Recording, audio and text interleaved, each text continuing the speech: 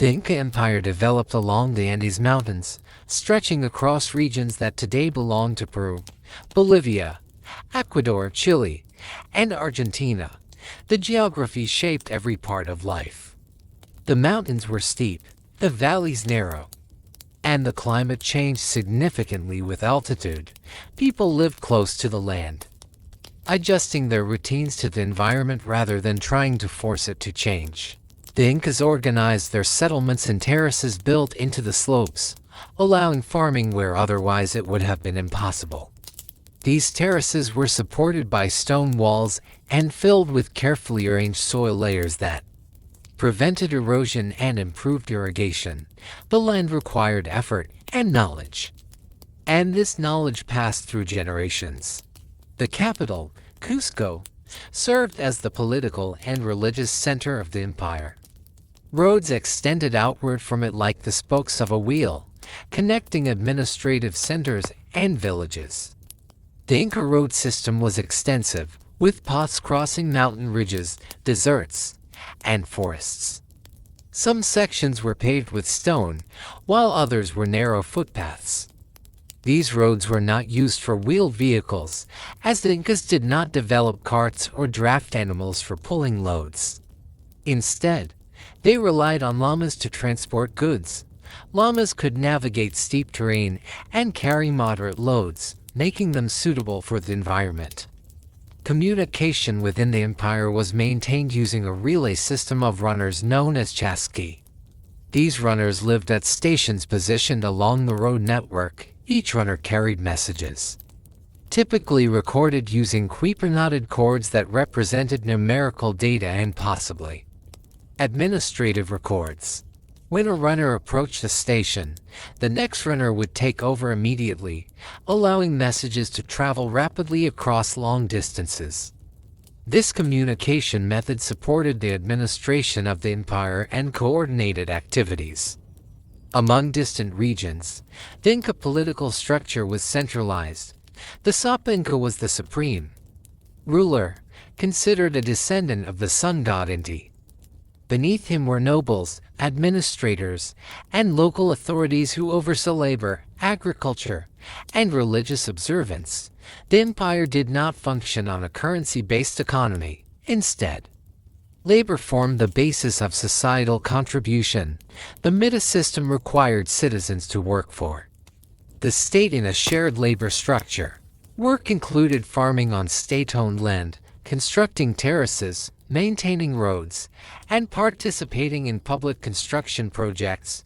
In return, citizens received protection, food storage access during shortages, and support during difficult seasons. Agriculture was central to life. The Incas cultivated crops such as maize, potatoes, quinoa, and beans. The variety of climates across the empire allowed for multiple agricultural zones. Farmers developed methods to store surplus food in stone granaries placed in windy locations that naturally preserved the harvest. The management of food storage minimized famine and allowed the population to live in regions where farming alone might not have been sufficient. Religion played a consistent role in daily life. Temples and shrines dedicated to the sun, the moon, the earth, and local spirits were common. Rituals acknowledged the cycles of seasons and the reliance of life on natural forces. Religious ceremonies were not constant displays but regular practices integrated into the rhythm of work and agriculture. The belief system supported unity and social order, reinforcing cooperation and shared identity. The environment remained central to the existence of the empire. Everything revolved around adapting to the land, building terraces, storing food, managing labor, and moving across mountains. The empire grew not through sudden expansion or conquest alone, but through steady organization, collective effort, and respect for the landscape. The result was a society shaped by altitude, stone, and time. Cusco was not always the great imperial capital that later chroniclers described. In the early stages, it was a modest settlement in a high Andean valley. Surrounded by rugged mountains and colder climates that tested human endurance, the people who would later be recognized as the Incas were originally only one among several groups living in the region, competing for land, water, and influence. Their early society was organized around kinship groups known as elu, which shared labor, land, and responsibilities. These relationships created a strong internal unity that allowed them to gradually expand their control over time. They formed a centralized community that emphasized cooperation and communal survival. This was a key factor that would later define their empire-wide administration. Leadership in these early stages was attributed to figures remembered through oral histories rather than written records. The most legendary among them was Manco Qhapaq, a semi-mythical founder who was said to have established Cusco as the center of power. Whether he existed as a single real individual or as a symbolic representation of several early leaders remains uncertain. But what is clear is that the Incas traced their legitimacy and unity to this foundational narrative. The story reinforced a shared identity and encouraged loyalty. This mattered greatly because Andean geography did not allow for easy expansion, and unity was necessary for survival. As Cusco developed, its inhabitants mastered the ability to adapt agricultural practices to the mountainous environment. Terraces were carved into steep slopes, creating flat farmland and preventing soil erosion. Irrigation systems distributed scarce water resources efficiently. Potatoes, quinoa, and maize formed the basis of the diet, supplemented by llamas that provided wool and transportation. These agricultural innovations allowed populations to increase without exhausting the land, which in turn gave Cusco an advantage over neighboring communities. Food surplus meant stability, and stability meant the capacity to organize and plan beyond mere survival. The rise of Cusco also depended on diplomacy and integration. Instead of relying exclusively on warfare, the early Incas frequently incorporated neighboring groups through alliances, marriages, and mutual obligations. Leaders understood that control achieved through cooperation could be more durable than control imposed by force. Communities that joined the Inca sphere retained local leadership and customs, so long as they contributed labor and loyalty. This policy reduced resistance and promoted a sense of shared purpose. Over time, the cultural identity of the region became more interconnected. However, expansion was not without conflict. Rival groups contested territory, especially in valleys where farmland was fertile and water sources abundant. Battles did occur, and the Incas became skilled at organizing warriors and defending their claims. Victory in these conflicts reinforced Cusco's growing prestige. Each success brought new laborers, new fields, and new resources under their influence. With more resources came the ability to undertake larger construction projects. Stone buildings, pathways, storehouses, and ceremonial structures began to define the landscape of Cusco. Religion played a central role in legitimizing this growing authority. The sun god Inti was honored as the principal deity, and the Qhapaq Inca the ruler was regarded as his descendant on earth. This belief provided a divine justification for leadership and loyalty. The people did not simply follow a political leader. They followed someone believed to be connected to the cosmic order. Ceremonies, festivals, and offerings reinforced this connection across seasons and generations. Through religion, the unity of the empire extended beyond practical cooperation into shared spiritual meaning. By the time Cusco evolved from a modest settlement into a recognized regional center, the foundations of the future Inca Empire were already firmly established. The administrative structure, agricultural practices, social hierarchy, and cultural unity that would define their later achievements were not created suddenly. They emerged gradually through adaptation, resilience, and strategic leadership, the people of Cusco had not yet built their vast road networks, nor expanded their territory across mountains and deserts. But the patterns that made such achievements possible were already present. The rise of Cusco was a story of patient growth, shaped by the environment and guided by communal strength. The stage was set for the transformation of a regional community into one of the largest empires in pre-Columbian America. As Cusco strengthened its internal structure and expanded its agricultural base, its leaders began to look outward. The valleys and highlands surrounding Cusco were home to many different peoples, each with their own customs, leadership structures, and religious beliefs. The Incas understood that in order to expand, they could not rely only on force. Geography made travel difficult, and prolonged conflict risked exhausting valuable resources.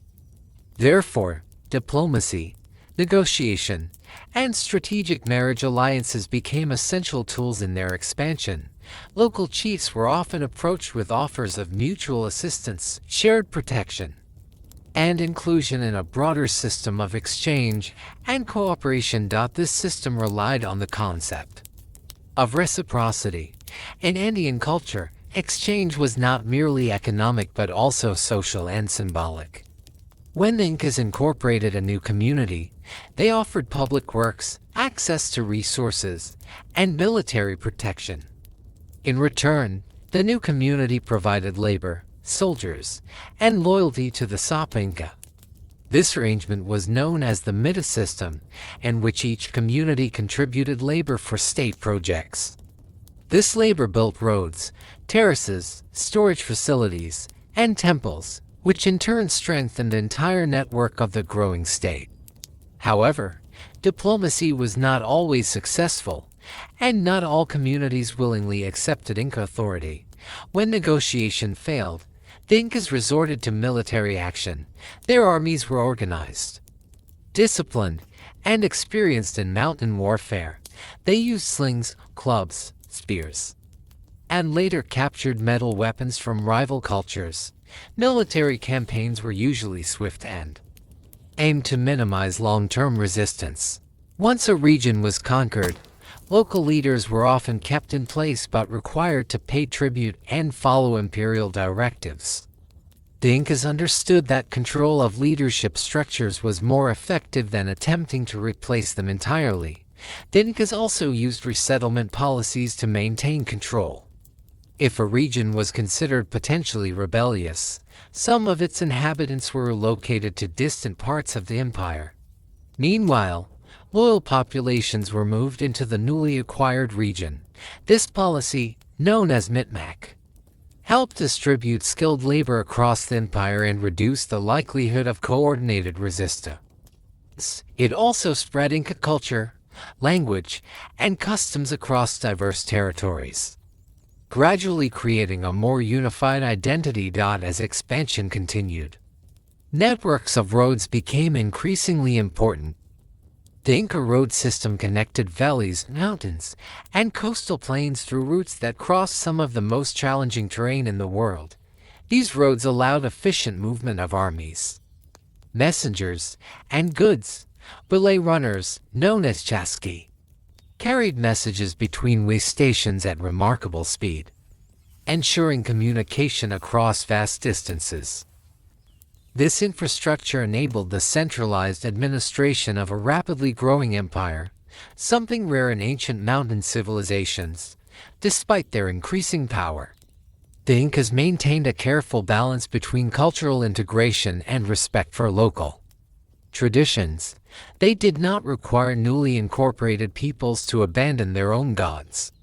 Instead, they positioned the Inca sun god Inti above all others, encouraging people to add Inti to their existing spiritual beliefs. This created a religious hierarchy that mirrored the political one. Rituals, festivals, and offerings reinforced loyalty, while local identities were able to survive within the larger imperial framework. By this stage, the Inca state was no longer simply a regional chiefdom but a complex administrative entity, capable of organizing labor, collecting tribute, enforcing law, and conducting coordinated expansion. It was this combination of strategic diplomacy, controlled military action, administrative planning, and cultural integration that allowed the Incas to transform their mountain capital into the center of a unified Andean world. The foundation was set for dramatic territorial growth in the generations to come. Agriculture was the foundation of the Inca economy, and their success depended on their ability to adapt to the mountains. The Andean terrain was steep, uneven, and often difficult to cultivate. However, the Incas developed techniques that allowed them to grow food in places where agriculture seemed nearly impossible. Terracing was one of the most important of these innovations. By carving steps into the mountain sides, they created flat surfaces where crops could grow. These terraces also prevented soil erosion and helped retain rainwater, making the land much more productive than before. The terraces varied in size and construction based on altitude and environment. In warmer valleys, terraces were wide and supported by stone walls.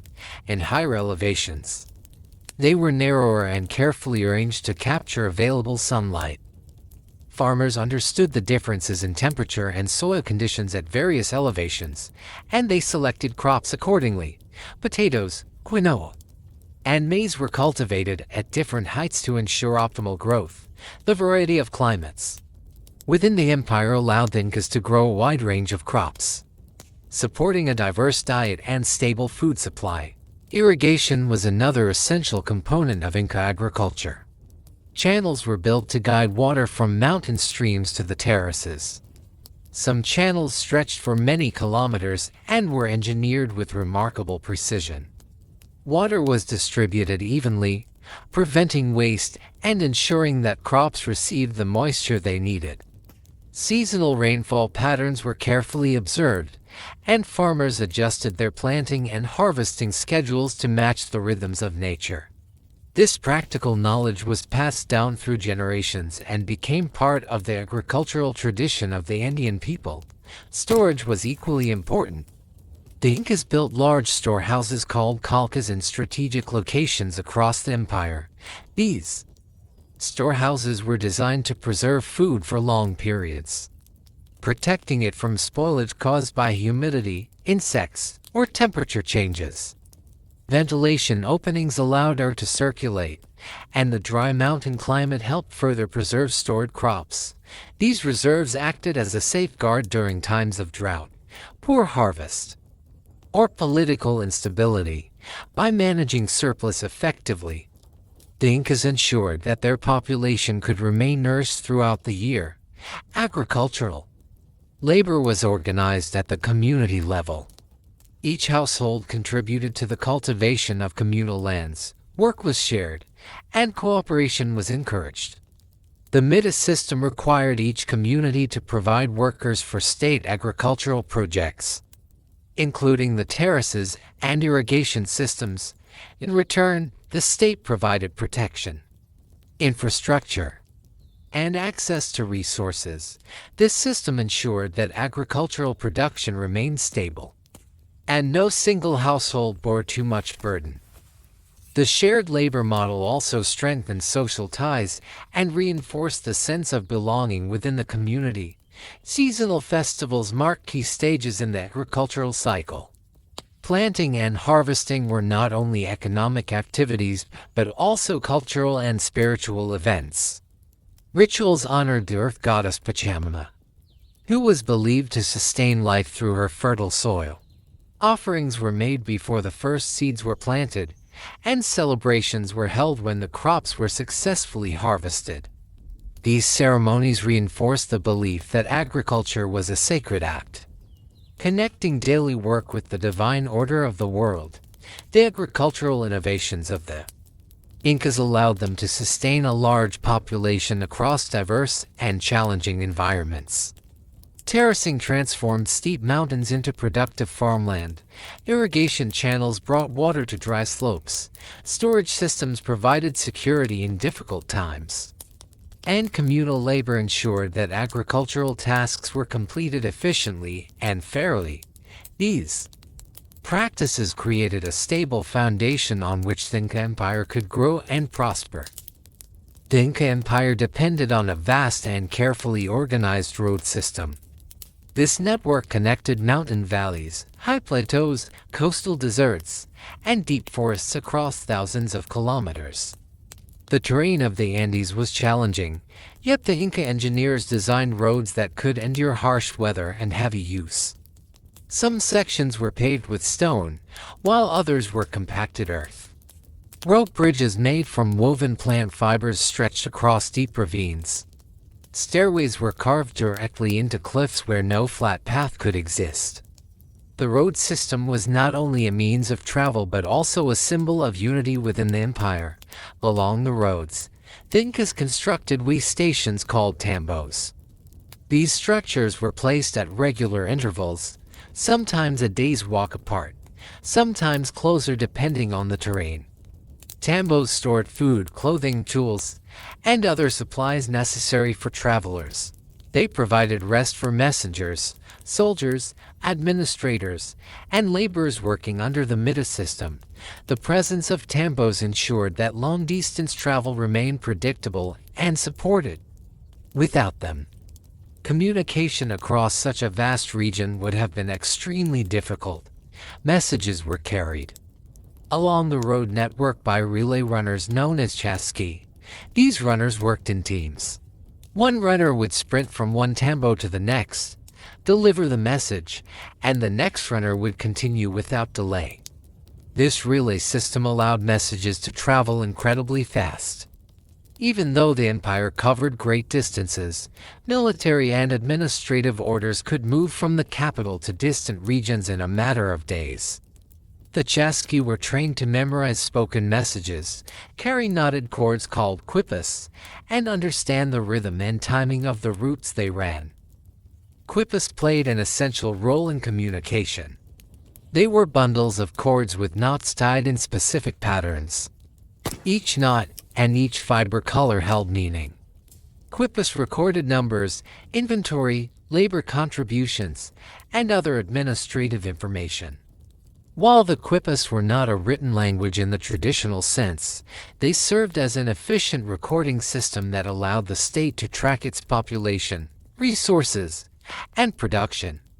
Specialists known as Qhapaq were trained to read and maintain quipas. Their role was critical in managing the workings of the empire. The roads also played a key role in military strategy. When a region showed signs of resistance or unrest, troops could be moved quickly to restore stability. The presence of an efficient transportation system helped maintain order across distant provinces. The Incas did not rely solely on force, but the ability to mobilize troops rapidly acted as a deterrent against rebellion. The combination of infrastructure and administrative planning strengthened the empire's authority. Trade also benefited from the road system. Although it functioned differently than in many other civilizations, the Incas did not use currency. Instead, goods were distributed through state-managed systems based on reciprocity and communal labor. Items moved from one region to another according to seasonal needs and resource availability. The roads facilitated this movement, ensuring that each region had access to what it required. Llama caravans transported textiles, food, pottery, tools, and other supplies along the road networks. Despite the scale and importance of the road system, its construction relied on communal labor rather than a professional workforce. Communities contributed time and effort as part of the MITA obligation. The work was organized, supervised, and planned, but it was carried out by ordinary people.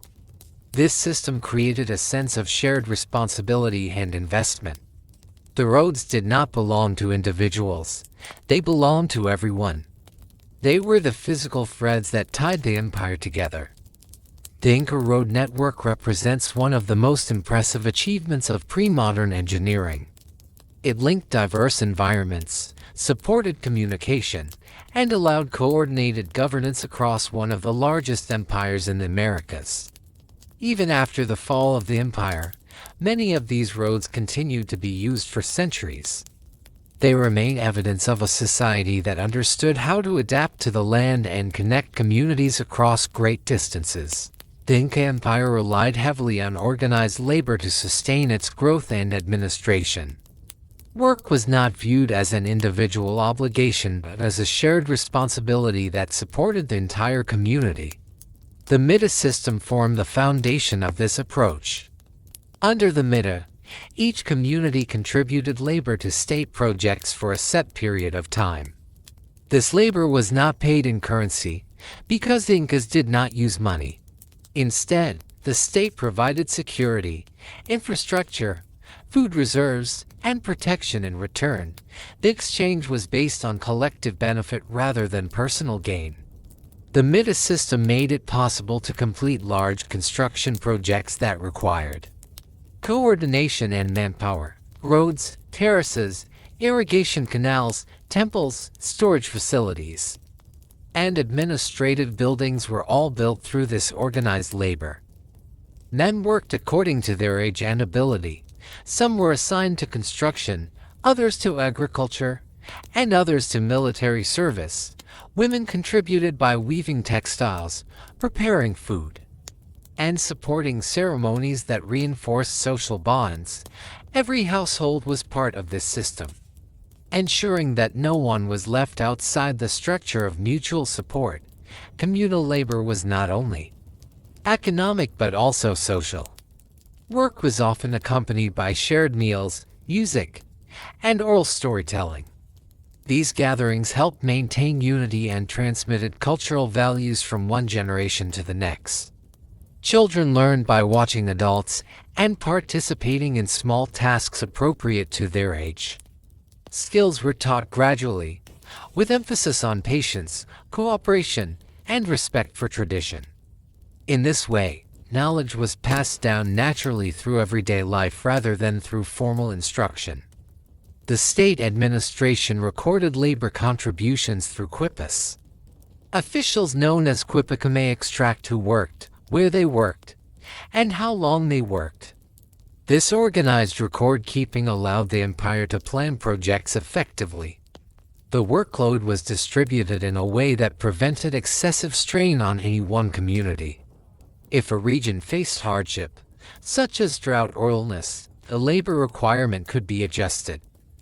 This flexibility allowed the system to function smoothly across diverse environments. Agricultural labor was coordinated seasonally. Communities worked together to plant and harvest crops. The storage system ensured that surplus food was preserved and redistributed when needed. Farmers who tended the terraces and irrigation channels were essential to maintaining food security. Without their cooperation, the empire would not have been able to feed its population. The success of the agricultural system depended on mutual reliance and shared responsibility. Military service also formed part of the Mita system. When necessary, men served in the army to defend the empire or support expansion. The army was composed of soldiers drawn from different regions, each bringing unique skills. Some troops came from highland regions and were adapted to cold and steep terrain. Others came from lowland areas and were experienced in jungle environments. This diversity strengthened military capability and allowed the empire to operate in many different landscapes. Craftsmen and specialists also served through the Mita system. Potters, metalworkers, weavers, and stonemasons contributed their skills to state workshops. Their work provided clothing, tools, ceremonial objects, and architectural elements essential to both daily life and religious practices. Each craft required years of training, and knowledge was often kept within families. The craftsmanship of woven textiles, stone structures, and metal ornaments reflected both technical skill and cultural meaning. Despite the effectiveness of the Mita system in organizing labor, It required careful management to prevent exploitation. The success of the system depended on fairness and balance. Local leaders played a key role in ensuring that contributions were reasonable and that benefits were shared. When leadership was just, the community worked with pride and cooperation. When leadership became harsh, resistance could develop. The Incas understood this dynamic and typically allowed local leaders to remain in place under imperial supervision. The Midas system demonstrated the Incas' ability to create a structured and cooperative society without relying on currency or markets. Work was organized around shared survival, cultural identity, and collective stability. The result was an empire that could build monumental structures, sustain large populations, and maintain communication across difficult terrain. The strength of the Inca state rested on the willingness of its people to work not only for themselves, but for each other. The Inca Empire maintained one of the most extensive and well-organized road networks in the pre-modern world. This system, known today as the Qhapaq Ñan, stretched for thousands of kilometers across mountains, valleys, deserts, and tropical forests. The roads connected administrative centers, agricultural regions, military garrisons, and religious sites. They provided the structure necessary for communication, transportation, and control throughout the empire. Without this network, the Inca state could not have functioned effectively. The terrain of the Andes presented significant challenges. The mountains were steep, the climates varied widely, and the landscapes were often rugged. To overcome these obstacles, Inca engineers designed roads that followed the natural contours of the land. Terraces were cut into mountain sides, retaining walls were built to stabilize slopes, and steps were carved into rock faces. In some areas, suspension bridges made of woven plant fibers stretched across deep gorges. These bridges required regular maintenance and were rebuilt at intervals as part of communal labor. Roads were categorized according to their purpose and location. The main north-south route ran along the spine of the Andes, connecting major administrative centers. A second main route ran along the coastal plains. Numerous connecting paths linked these to primary roads with regional towns and villages. In many places, roads were paved with carefully fitted stone slabs. In other areas, packed earth was used. Regardless of the material, the roads were carefully maintained and kept clear of debris. Along these roads were way stations known as tambos. Tambos served as rest stops, supply depots, and message relay points. They were spaced at intervals that allowed travelers to move efficiently without carrying excessive supplies. State officials, soldiers, and messengers regularly used these facilities. Storage buildings near the tambos held food, clothing, and tools. The state ensured that resources were available when needed, reinforcing a sense of order and preparedness. Communication across the vast empire relied on the Qhapaq messenger system. Chasqui were trained runners who traveled along the roads to carry messages recorded on quipas or delivered orally. They worked in relay teams, stationed at intervals along the route. When one runner arrived at a relay point, he passed the message to the next runner, who continued the journey. This system allowed messages to travel extremely quickly despite the difficult terrain. It has been estimated that information could travel from one end of the empire to the other faster than in many contemporary European states. The Chasqui required exceptional physical conditioning. They trained from childhood to develop endurance, agility, and familiarity with the road network.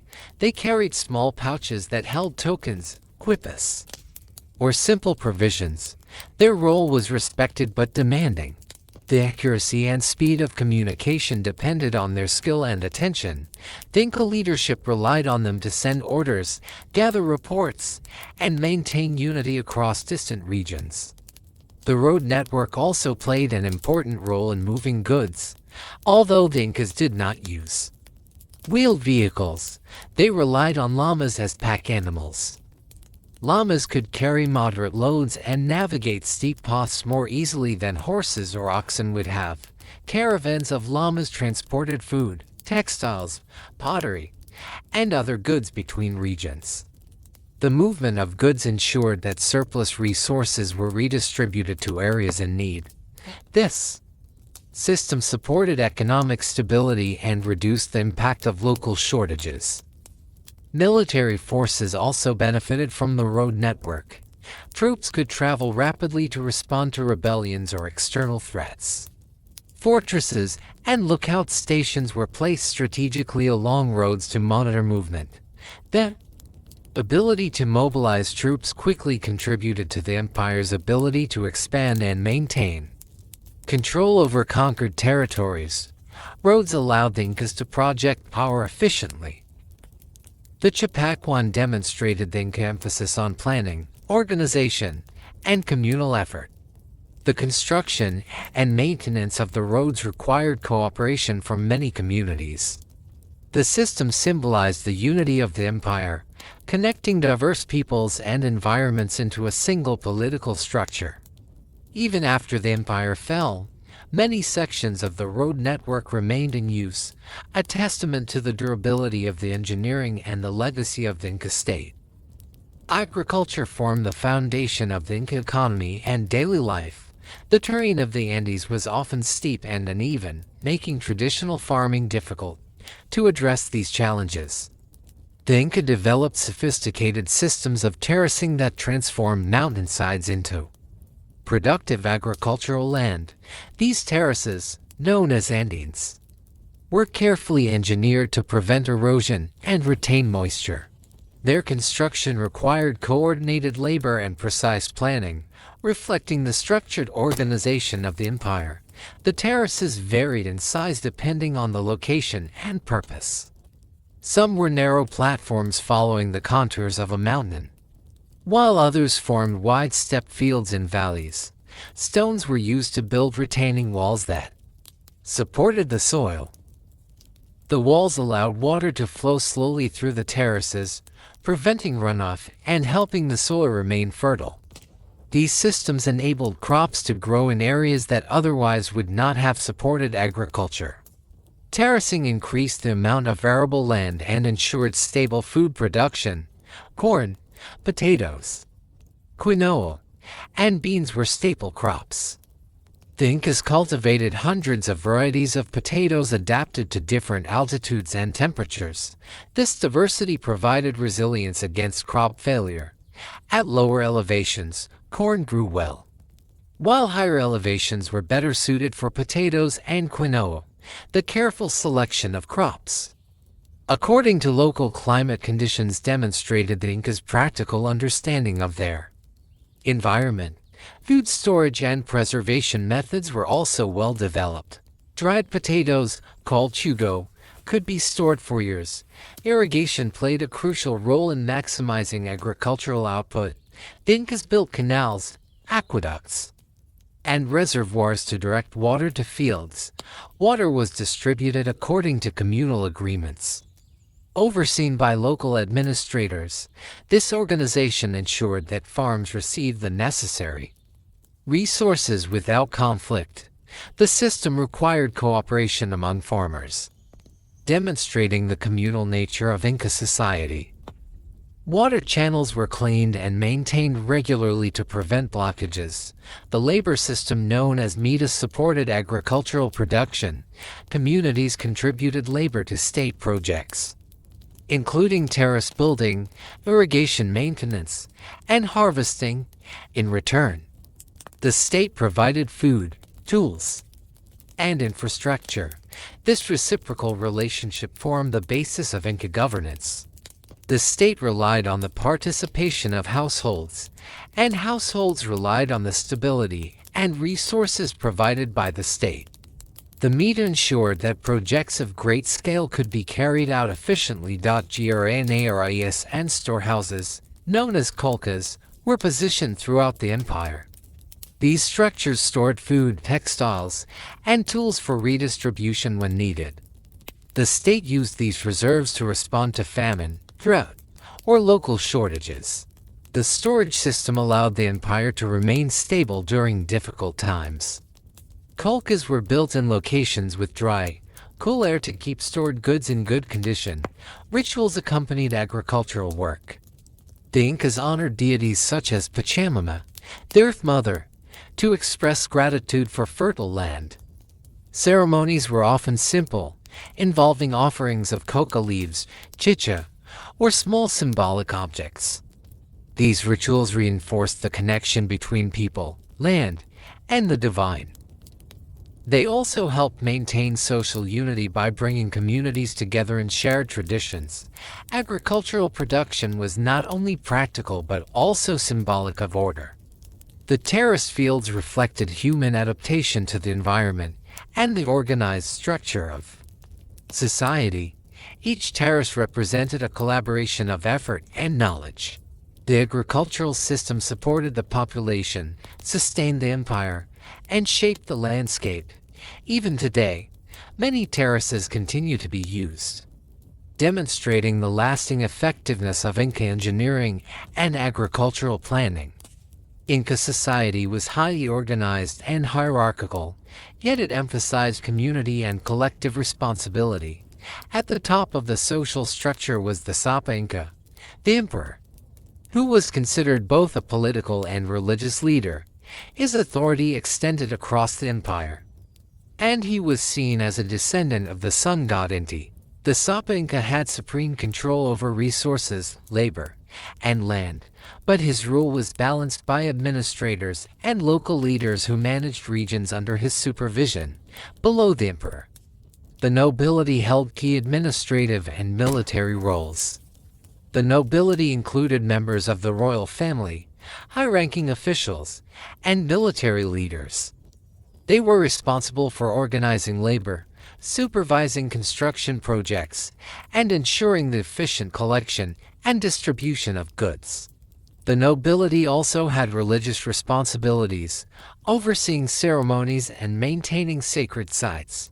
Their position was both a privilege and a duty, requiring careful attention to governance and spiritual matters. The majority of the population consisted of commoners, who were farmers, artisans, laborers, and herders. While they did not hold political power, commoners were essential to the functioning of the empire. They worked the land, maintained infrastructure, produced goods, and provided labor for state projects. In exchange, the state provided protection, food, and access to resources. The relationship between commoners and the state was reciprocal, based on mutual dependence rather than coercion. Communities were organized into ilas, which were extended family groups or clans. Each ilu shared land, labor, and resources among its members. Decisions were made collectively, and work was coordinated for the benefit of the entire group. Ilas were responsible for agricultural production, maintenance of terraces, and participation in state projects. Elders and respected members guided the community, transmitting knowledge and traditions to younger generations. Social cohesion within the ilu reinforced stability across the empire. The Mida labor system connected individuals and communities to the state. Through Mida, households contributed labor to infrastructure projects, agriculture, military service, and other collective needs. Work assignments were based on ability, age, and skill. This system ensured that essential tasks were completed efficiently and fairly. It also fostered a sense of shared purpose, linking individual effort to the well-being of the empire as a whole. Religion played an important role in social organization. The Incas worshipped the sun, moon, and other natural forces, believing that maintaining cosmic order was essential for societal stability. Religious festivals and ceremonies were integrated into the agricultural and political calendar. They reinforced social hierarchies and collective responsibilities. Temples, shrines, and sacred sites were maintained by both nobility and commoners, creating shared spaces for spiritual and communal activities. Trade and redistribution were also key aspects of Inca society. Although the Incas did not use money, goods moved throughout the empire via state-managed systems. Agricultural products, textiles, and crafted items were distributed to regions that needed them. Llama caravans carried goods along the road network, supporting both local consumption and state projects. The system ensured economic stability and reduced inequality between regions. Education and skill transmission occurred primarily through observation, apprenticeship, and participation in daily activities. Children learned farming, weaving, building, and administration from their elders. Knowledge was practical and focused on sustaining the community and maintaining the empire. Literacy in the form of writing was limited, but Qhapaq specialists preserved essential records for administration and governance. Despite the strict organization, Inca society valued cooperation, reciprocity, and respect for tradition. Individuals were expected to contribute to their communities while benefiting from collective resources. Leadership and labor systems were designed to balance authority with responsibility. Social cohesion, combined with infrastructure, agriculture, and communication, allowed the Inca Empire to function efficiently across vast and diverse territories. The structure of Inca society enabled the state to manage a large population over difficult terrain. By linking social organization with labor, religion, and redistribution, the Incas created a system that sustained their civilization for generations. Cooperation, shared responsibility, and practical knowledge were the foundations of their enduring society. Religion was central to life in the Inca Empire and influenced politics, agriculture, and daily routines. The Incas worshipped multiple deities, but the sun god Inti was the most important. The Qhapaq Inca was considered Inti's representative on earth. Connecting the divine to governance, religious observances reinforced social cohesion, maintained cultural traditions, and supported the legitimacy of the emperor and his officials. Temples and sacred sites were constructed throughout the empire, often on elevated terrain, such as mountains or hills. The most important temple was the Qhapaq Ñan in Cusco, which was dedicated to Inti. It housed golden and silver idols, ceremonial artifacts, and offerings from across the empire. Other important sites included huacas, or sacred places that could be rocks, springs, or specially prepared structures. These places were centers for rituals, prayer, and offerings.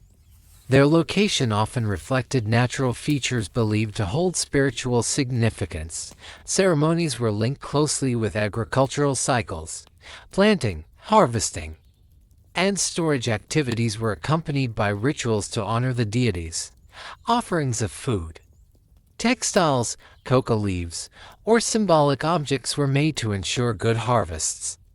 Rituals were conducted by priests, nobles, and occasionally the emperor himself. Festivals were organized on a regular basis, with participation by members of local communities. These gatherings reinforced the connection between the people, the land, and the divine. Sacrifices were performed in some ceremonies, although these were not as frequent or as large-scale as often portrayed in later accounts. The focus of Inca religion was on maintaining harmony with nature and ensuring the well-being of the community. Even offerings of animals or small items symbolized respect and reciprocity rather than dominance or fear. Religious practice encouraged cooperation and social unity, tying spiritual life to the practical needs of survival and governance. Priests played a central role in conducting ceremonies, interpreting omens, and maintaining sacred knowledge. They were trained in the traditions, calendars, and rituals of the empire. Their responsibilities included teaching younger generations, advising officials, and ensuring that rituals were performed accurately. Knowledge of astronomy and seasonal cycles was particularly important. as the timing of ceremonies often depended on solar and lunar observations. The priests' work ensured that society remained synchronized with natural and cosmic cycles. Pilgrimages were also a feature of Inca religious life. People traveled to sacred mountains, temples, and huacas, sometimes covering long distances. These journeys reinforced social bonds and demonstrated devotion. They allowed communities to participate in shared rituals, bringing together individuals from diverse regions. Pilgrimages strengthen the sense of belonging to a wider imperial and spiritual community. Religious festivals could last several days and included music, dance, and public feasting. These events marked significant moments in the agricultural calendar, honored deities, or celebrated historical events. Festivals provided opportunities for the redistribution of goods and resources, reinforcing the reciprocal relationship between the state and its people. They also allowed cultural transmission, as stories, songs, and rituals were shared among generations. Astronomy influenced religion as well. Observations of the sun, moon, stars, and planetary movements helped determine the timing of festivals and agricultural tasks. Sacred alignments, such as temples oriented toward solstices, reflected this knowledge. Religion, astronomy, and governance were closely interconnected, creating a practical and symbolic system for coordinating life in the empire. Inca religious life emphasized balance, harmony, and cooperation. Rituals, ceremonies, and sacred spaces were not only spiritual practices but also tools for social cohesion, agricultural success, and political stability. Religion integrated daily life with cosmic order, linking individuals to their communities and the environment. Through these systems, the Incas maintained both spiritual and practical stability across a vast and diverse empire. The Inca Empire managed an extensive and organized economy without the use of currency. Instead, the state coordinated production, storage, and distribution of resources. The government collected surplus agricultural products, textiles, and craft items from local communities. These goods were redistributed across the empire according to need. The system ensured that regions facing shortages received necessary supplies while surplus areas contributed to the common good. Trade was primarily state-controlled. Markets existed in local communities, but long-distance trade was organized by the government. Llamas carried goods along the road network, connecting highland regions, valleys, and coastal areas. Textiles, pottery, metals, and agricultural products were moved efficiently to support both the economy and state projects. Exchange was based on reciprocity, cooperation, and mutual dependence rather than individual profit. Storage facilities, known as culcas, were strategically placed throughout the empire. These buildings stored grains, dried potatoes, beans, textiles, and tools. Some culcas were located near administrative centers, others along major roads or at remote highland sites. They ensured that the state could respond to famine, natural disasters, or population movements. The storage system allowed the empire to stabilize production and maintain social order even during difficult times. Craft production was organized through specialized workshops. Artisans and craftsmen were trained in specific skills such as weaving, pottery, metalworking, and stone carving. They produced goods for everyday use, ceremonial purposes, and state distribution. Knowledge and techniques were passed down within families and communities, ensuring the continuity of high-quality craftsmanship. These products were both practical and symbolic, representing Inca culture and identity. Agricultural production relied on the labor of communities through the MITA system. Households contributed work to plant, harvest, and maintain terraces, canals, and irrigation systems. Labor was coordinated according to age, gender, and ability, This collective work ensured efficiency and fairness. And it strengthened communal bonds. Farmers' contributions were essential to the stability and growth of the empire. The movement of resources was also supported by the road network and the Qhapaq system. Messengers and caravans carried goods and information between regions. Messages about food availability, harvest conditions, or administrative orders could travel quickly along the network, enabling effective decision-making. Communication and logistics were integrated to maintain the empire's cohesion. Military resources were also managed within the economic system. Soldiers received food, clothing, and equipment through state stores and supply routes. Fortresses and garrisons were maintained using locally produced goods. The coordination of military logistics demonstrated the ability of the state to manage complex needs across diverse regions. The state's approach to economics emphasized cooperation rather than individual accumulation of wealth. Citizens contributed according to their abilities and received support according to their needs. Redistribution ensured that inequalities were minimized and that all regions could function effectively. The economy was organized to sustain the population, support labor systems, and enable the construction of roads, terraces, and monumental structures. Religious and ceremonial events were also supported by the economic system. Offerings, festivals, and public ceremonies required production and distribution of goods.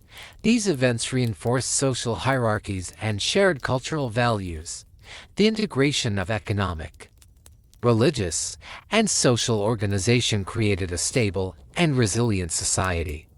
The Inca economic system illustrates the capacity of a centralized state to coordinate production, labor, and redistribution across a vast territory by combining community participation, infrastructure, and planning. The Incas maintained stability and prosperity. This system allowed them to manage resources, respond to crises, and support both daily life and large-scale projects, demonstrating the sophistication and practicality of Inca governance. The Inca Empire reached its greatest extent in the early 16th century, stretching from modern-day Colombia in the north to Chile and Argentina in the south. At its height, it controlled millions of people and diverse ecological zones, including high mountains, coastal deserts, valleys, and tropical forests.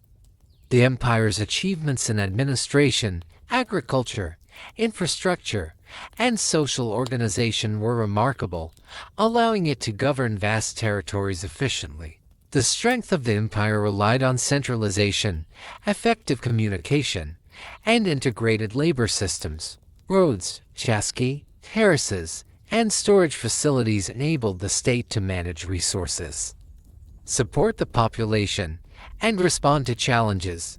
The emperor, nobles, and administrators coordinated projects and labor through systems that connected every region. Religion and culture reinforced social cohesion, guiding both everyday life and ceremonial obligations. The combination of these factors allowed the empire to maintain stability and prosperity. Despite its strengths, the empire faced internal and external pressures. Succession disputes occasionally destabilized leadership, and distant regions were sometimes difficult to control. The arrival of Spanish conquistadors in the 1530s brought unprecedented challenges. Armed with firearms, horses, and foreign strategies, the Spanish exploited internal divisions and rapidly advanced into the Andes. Smallpox and other European diseases, previously unknown to the region, spread quickly and weakened populations. These factors combined to undermine the Inca state. The Spanish conquest resulted in the capture of the last Qhapaq Inca, Atahualpa, and the systematic dismantling of Inca political structures. Administrative centers, temples, and sacred sites were looted, destroyed, or repurposed. Many roads, terraces, and irrigation systems continued to function. But the centralized organization that had maintained the empire was disrupted. Local communities adapted to the new conditions, combining traditional practices with imposed colonial systems. Despite these disruptions, many elements of Inca life persisted. Inca culture left a lasting impact on the region. Agricultural techniques, such as terracing and irrigation, continued to be used. Crops like potatoes, maize, and quinoa remained staples.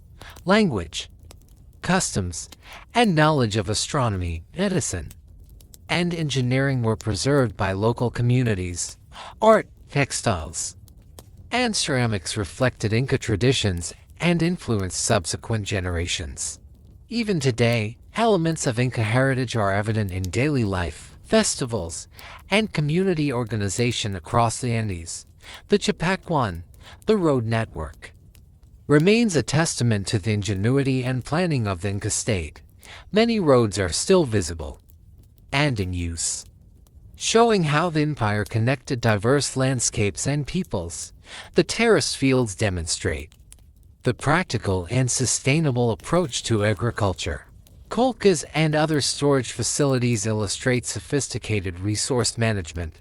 Together, these structures reveal a civilization deeply attuned to its environment and committed to collective welfare. The memory of the Inca Empire continues to inspire scholars, travelers, and local communities. Archaeological studies provide insight into social organization, engineering, and daily life. Cultural traditions and festivals preserve historical knowledge. Oral histories and community practices keep stories of governance, labor, and spiritual life alive. The Inca legacy illustrates how human societies can organize, adapt, and thrive across challenging landscapes.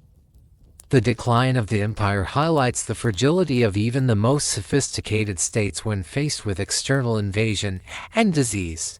Yet the survival of cultural practices, agricultural techniques, and knowledge demonstrates resilience and continuity. Inca society combines centralized planning with local autonomy, cooperation, and shared responsibility, offering lessons in governance, resource management, and social cohesion. Reflecting on the Inca Empire, it is clear that the civilization achieved remarkable integration of environment, society, and governance. Roads, terraces, storage systems, and ceremonial life worked together to sustain millions of people. The administrative and social structures, combined with religious and cultural practices, created an enduring legacy. While the political empire fell, the contributions of the Inca continue to influence Andean life and beyond. The story of the Incas offers a window into human ingenuity, adaptation, and cooperation, from high mountain terraces to vast road networks, from centralized governance to community participation. The empire exemplifies sophisticated organization and practical knowledge. Understanding the Inca Empire allows us to appreciate the complexity of pre-Columbian civilizations and the ways human societies can thrive in diverse and challenging environments. Their history remains a source of inspiration, knowledge, and reflection for generations across the world.